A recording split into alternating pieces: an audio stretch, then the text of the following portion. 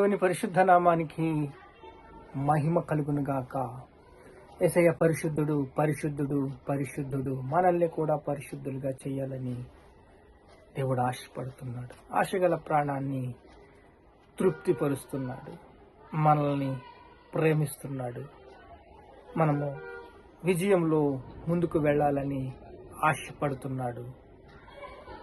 విజయము మనకి కావాలి అంటే మనకి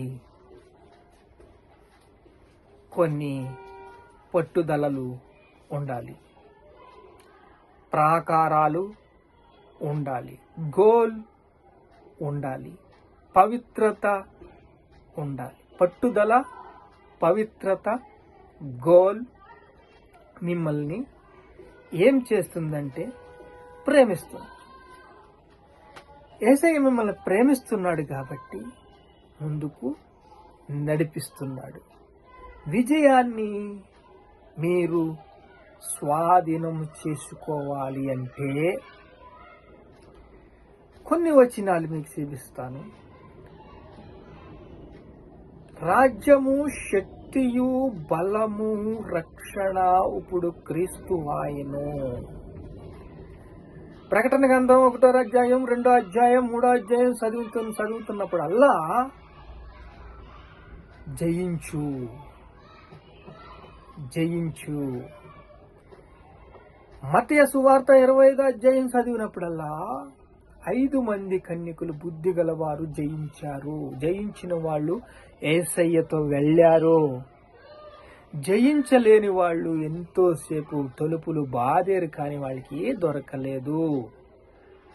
జయించడానికి ఉన్న ముఖ్య లక్షణాలు ఏమిటి? లూకా సువార్త 10వ అధ్యాయం 20వ వచనం చూస్తే, దెయ్యములు కూడా మాకు లోబడుచున్నవి. ఏండి? దెయ్యములు కూడా మాకు లోబడుచున్నవి. అయితే దెయ్యాలు కూడా మీకు లోబడుతున్నాయి కదా శిష్యులు. మీరు జీవగ్రంథంలో మీ పేరు ఉన్నదేమో చూసుకోండి. అంటే జీవగ్రంథంలో నీ పేరు లేనంతగా మొత్తు నీకు పుట్టిస్తాడు. అపవాది తంత్రాలు వేరు, వాడి యొక్క ఆట వేరు, ఆడు స్టడీ వేరు. నీ జోలికే రాడు. బొజ్జునంతసేపు నువ్వు కొంచెం హుషారుగా ఉన్నావు అనుకో, అలర్ట్గా ఉన్నావు అనుకో,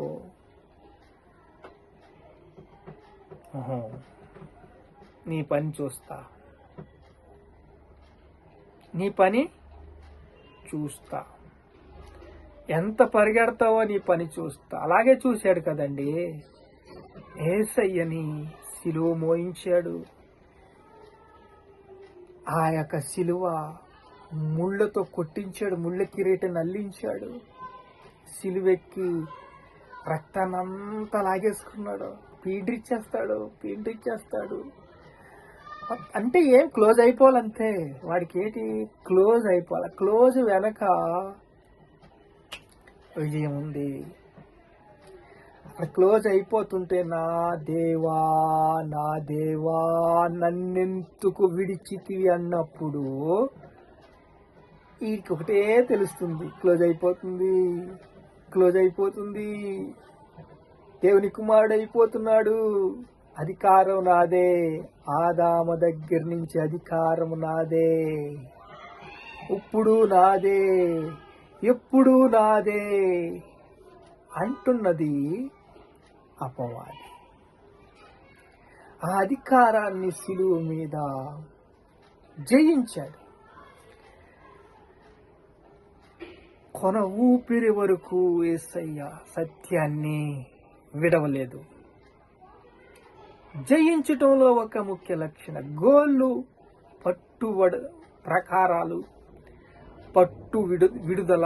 ఇవన్నీ కూడా మనకి కావాలంటే మనకేం కావాలంటే శాంతము కావాలి, ఓర్పు కావాలి. ఈ ఓర్పు మనల్ని ఎంత దూరం తీసుకెళ్తుందంటే, మనల్ని ప్రేమిస్తున్న యేసయ్య మనలో ఉంటాడు, కానీ అడావుడు చేయడు, అద్భుతాలు చేయడు, ఆశ్చర్య కార్యాలు చెయ్యడు. కానీ నీ ఓర్పు ఒకరోజు విజయాన్ని సాధిస్తుంది. ఈ ఓర్పు ఉంది చూసావా, శాంతినిస్తుంది. ఈ ఓర్పు ఉంది చూసావా, సమాధానాన్ని ఇస్తుంది. ఈ ఓర్పు ఉంది చూసావా, నిన్ను నిలబెడుతుంది, టెంపర్గా నిలబెడుతుంది. పోనీలే, ఏమైపోయింది. ఇలాగే అబ్రహాము ఓర్పుతో విశ్వాసులకు తండ్రి అయ్యాడు. ఇదే అబ్రహాము బలిపీఠం కట్టి ప్రార్థన చేశాడు. ఇదే అబ్రహాము తన కుమారుణ్ణి కూడా ఇచ్చాడు. ఇదే అబ్రహాము ఆలస్యమయ్యే కొలది ఇంకా తన యొక్క విశ్వాసాన్ని పెంచుకుంటున్నాడు. పెరుగుతుంది, పెరగనే. ఓ పక్కన నిరాశ, పాలేరు, వీళ్ళే కొడుకులేనా నాకు వారసులు అంటున్నప్పుడు అబ్రహాముతో దేవుడు మాట్లాడాడు. అది అందరికీ తెలుసు. విజయానికి ఉన్న లక్షణాలు గురించి మనం చూద్దాం. ఎందుకంటే ఇక్కడ అబ్రహాంది ఆలస్యం అయ్యే కొలది ఓర్పు దొరుకుతుంది, సహనము దొరుకుతుంది, సహవాసము దొరుకుతుంది. ఈ యొక్క సహవాసముతో చుట్టూ ప్రాకారాలు కట్టుకుంటున్నాడు, సరిహద్దులు విశాలపరుచుకుంటున్నాడు. అన్నీ కూడా దేవుడు ముఖ్య స్నేహితుడుగా అబ్రహాముతో ఉన్నాడు. అలా అబ్రహాముతో ఉన్నప్పుడు యేసుతో సంబంధం అధికారాన్ని ఇస్తుంది. ఇప్పుడు యేసుక్రీస్తుతో మనము ఎలాగ సంబంధంగా ఉన్నాము, అధికారాన్ని ఎలా పొందుకుంటున్నాము, ఈ అధికారం అంటే ఏమిటి, ఈ అధికారాన్ని ఎలాగ మనలోకి వస్తుంది. ఇప్పుడు ప్రధానమంత్రిగా మన యేసేపు ఉన్నాడు. యేసేపే మొత్తం ఐగుప్తులో పంటలన్నీ పండించేయలేదు, శాసించాడంతే. అక్కడ పంటలు పండింది. శాసించేలాగా నీకు అధికారం రావాలంటే యేసు మన హృదయంలో మహారాజులాగా కూర్చోవాలి. అలా యేసు మన హృదయంలో కూర్చుని మనకి డైరెక్షన్ ఇచ్చినప్పుడు అధికారాన్ని శాసించే ఒక కృపను ఇస్తాడు.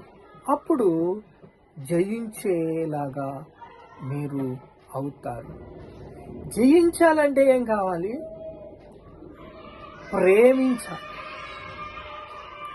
ప్రేమించాలి, జయించాలి, కృపను ఆస్వాదించాలి, కృపతో ముందుకు వెళ్ళాలి. ప్రకటన 1వ అధ్యాయం 2వ అధ్యాయం 3వ అధ్యాయంలోనే జయించుతూ ఉంటుంది.